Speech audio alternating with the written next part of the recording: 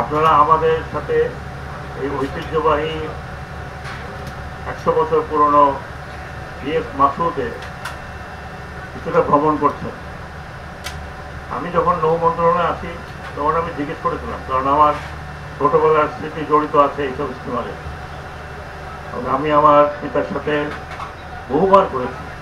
এই ডেকেই হয়তো আমি শুয়েছিলাম, সেই থেকে আমার ভিতরে স্টিমারগুলোর একটা ছবি চেপে আছে।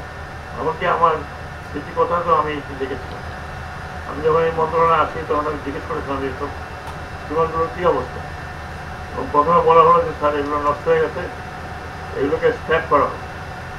এবং স্ক্র্যাপ করতে গিয়ে কোনটা ভালো আছে, তখন এই মাসুদের কথা বলা হলো।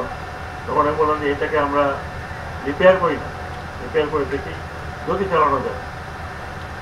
এর মধ্যে আরও দুজন চেয়ারম্যান চলে গেছে।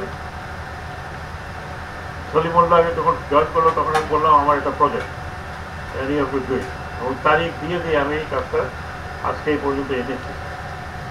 আমার উদ্দেশ্য ছিল যে বাংলাদেশের নদীমাতৃক যে ঐতিহ্য, এই ঐতিহ্য গ্রাস করে ফেলেছে এখন। একদিকে বিভিন্ন স্থাপনা, আপনারা যদি নদীর চারিদিকে দেখেন অনেক স্থাপনা আছে যেগুলো অবৈধ, এবং অনেক জায়গা দখল করা আছে। এবং এই দখলের মধ্যে শুধু যে সাধারণ পাবলিক আছে তা নয়, সরকারি কর্মকর্তাবৃন্দ এবং অত্যন্ত পাওয়ারফুল পলিটিশিয়ান। কয়েকদিন আগে আমি একজনের বাড়ি ভেঙে ফেলেছি। আমরা যখন কক্সবাজারে এটা গিয়েছিলাম, কক্সবাজারে আমাদের উপর হামলা হয়েছিল। এখানেও আবার বিআইডব্লিউটি এর লোকজনের উপরে হামলা হয়। বিআইডব্লিউটি এর চেয়ারম্যান এখানে আছে। আমরা বুড়িগঙ্গা নদীর 2 পার আরও দখল মুক্ত করতে চেষ্টা করছি। এই করতে করতে নদীগুলো দখল হয়ে গেছে। নদীগুলোর পুরো দখলই নয়, বুড়িগঙ্গার অবস্থা খুবই খারাপ। এবং আমি মিলিতভাবে অনেক অনুরোধ করেছি যে পরিবেশ মন্ত্রণালয় যদি একটা অ্যাকশন নেয় তাহলে হয়তো আমরা কিছুটা পরিষ্কার করতে পারি। আমাকে পরিবেশ উপদেষ্টা বলেছেন যে সিম্বলিক হলেও উনি আমার সাথে এই কাজটা করবেন, আশা করি। আমরা এই নদীকে বাঁচাতে চাই, এই নদীকে আমাদের প্রজন্মের কাছে তুলে ধরতে চাই, এবং সেটা করতে হলে এই দিনের বেলা নদীতে ভ্রমণ একটা। আমি দুনিয়ার যেখানে গিয়েছি সেখানে কিন্তু আমি সবসময় যেখানে যাই আমি ওই ইতিহাস করি, সেই দেশের ইতিহাস করি। এবং এই পর্যন্ত আমি 44টা বইয়ের ভেতরে আমার 12টি বই আছে ভ্রমণ কাহিনী, তার মধ্যে আমি ইতিহাস তুলে ধরেছি। আমি জানি ছবিটি এখানে আছেন। আমি যখন গেলাম ওনার সাথে ফার্স্ট টাইম, এর আগে আমি জেনেভা গিয়েছি, সেখানে 20 ইউরো দিয়ে আমি এই ধরনের একটা আপনার প্যাডেল স্টিমারে চলেছি, 20 ইউরো। আর খাওয়ার মতো অবস্থা ছিল না, কারণ ওখানে জাহাজ দিতাম তার মনে হতো যে আগুন জ্বলছে আছে। বাইরের থেকে কলা আর রুটি নিয়ে গিয়ে খেয়েছে। কিন্তু I travel in this one. যদিও সুইজারল্যান্ডের মতো দৃশ্যপট হয়তো আমাদের এখানে নেই, কিন্তু আমাদের এখানে এই দৃশ্যপটটা খুব খারাপ নয়।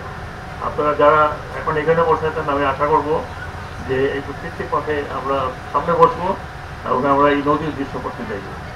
এটা করার পরে আমি যেটা আলোচনা করেছিলাম সেটা হলো যে সরকার কোনো বিজনেস করতে পারে না। আপনি দেখেন এই লঞ্চগুলো যেভাবে চলে, এটাকে যদি আমি প্যাসেঞ্জার চালাই তাহলে 2 দিন পরে দেখা যাবে যে লসে চলে যাচ্ছে। আপনারা জানেন ইতিমধ্যেই আরেকটি বিষয় হলো যে অনেকে মনে করেন যে এটা কেন প্যাসেঞ্জার চালানো যাবে না। প্যাসেঞ্জার চালানো যাবে না এই জন্য আইএমও কনভেনশনে 100 বছর পুরনো কোনো জাহাজ প্যাসেঞ্জার চালাতে পারে না। এটা হয় ঐতিহ্যের কারণে আপনি এটাকে চালাতে পারেন, ঐতিহ্য বা ইতিহাস বা যেটাকে বলি হেরিটেজ। তো আমি এটাকে হেরিটেজ জার্নি হিসেবে নাম দিয়েছি, এবং এটা দিয়েছি একজন অপারেটরকে। আমরা একটা অপারেটরকে দিচ্ছি যিনি আপাতত সপ্তাহে 1 দিন চালাবেন, 2 দিন। শুক্রবার ছাড়বে, বরিশাল পর্যন্ত যাবে, বরিশাল থেকে ফিরে আসবে। বরিশালকে এই কারণে যে একসময় বরিশালে যেতে এই নদীপথ ছাড়া কোনো উপায় ছিল না, এবং বরিশালের লোকের সবচেয়ে বেশি প্রিয় ছিল এই স্টিমার। যে কারণে আমি নিজের, অনেকে মনে করেন যে আমার বাড়ি বরিশাল সেজন্য, অ্যাকচুয়ালি না। বরিশালের লোক খুবই আপনার স্মৃতিকাতর এটার জন্য। আমার প্রায় ধরেছে স্যার কবে আসছে। আমি আশা করি যে আগামী 19 তারিখ থেকে বোধহয় এটা চলাচল শুরু হবে। হ্যাঁ, 21 তারিখ থেকে চলবে। এবং বরিশালের লোকজন যারা আছেন তারা ঘাটে আসবেন রিসিভ করার জন্য। ইনশাল্লাহ আশা করি এটা এটা কোনো পর্যটন মন্ত্রণালয়ের বিষয় নয়, এটা নৌ পরিবহনের একটি পর্যটন। যদি বলি যে নদী পর্যটন, শুধুমাত্র নদী দেখার জন্য, যারা নদী দেখতে চান তাদের জন্য আজকে আপনারা এসেছেন, আপনাদেরকে অশেষ ধন্যবাদ জানাচ্ছি। এটা আমি মনে করি যে আমার কোনো নেতৃত্ব নয়, পুরোটাই এই মন্ত্রণালয় এবং বিশেষ করে বিআইডব্লিউটিসি যারা কাজ করেছেন, এটার পিছনে আমাদের ডকিয়ার্ডে এটা কাজ তৈরি হয়েছে।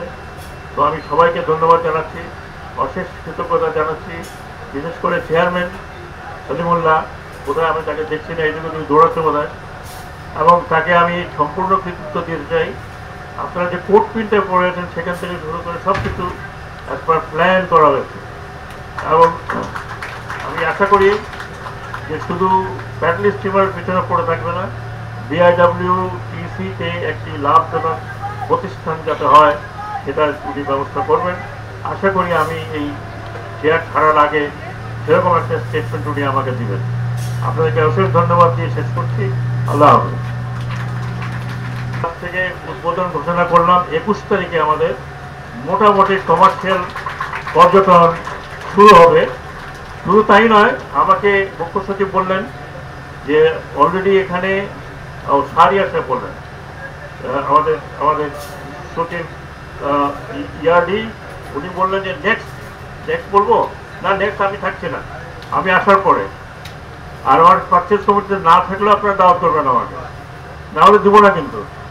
তো আমরা একটা পার্চেস কমিটির মিটিং, তো ডিসেম্বরের কোনো পার্চেস কমিটির মিটিং আমরা এখানে করতে চাই।